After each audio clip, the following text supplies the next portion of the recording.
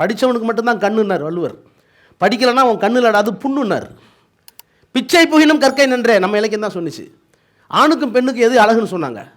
இப்போ நீங்களாம் உங்களை தாண்டி வந்திருக்கோம், எல்லா சேட்டையும் பண்ணிட்டு தான் நானும் வந்திருக்கேன்.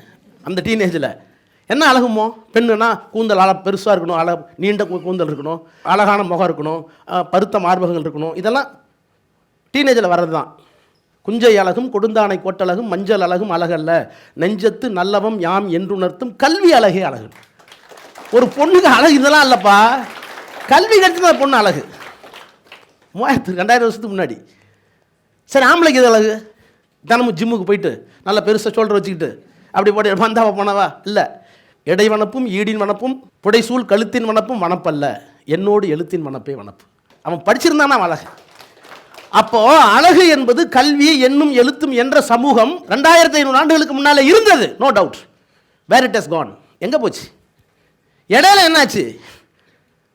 இடையில என்ன ஆச்சுன்னா, ஒரு சக்தி உள்ள வந்து சமூகத்தை 4-5 பிரித்து நீ படிக்காத,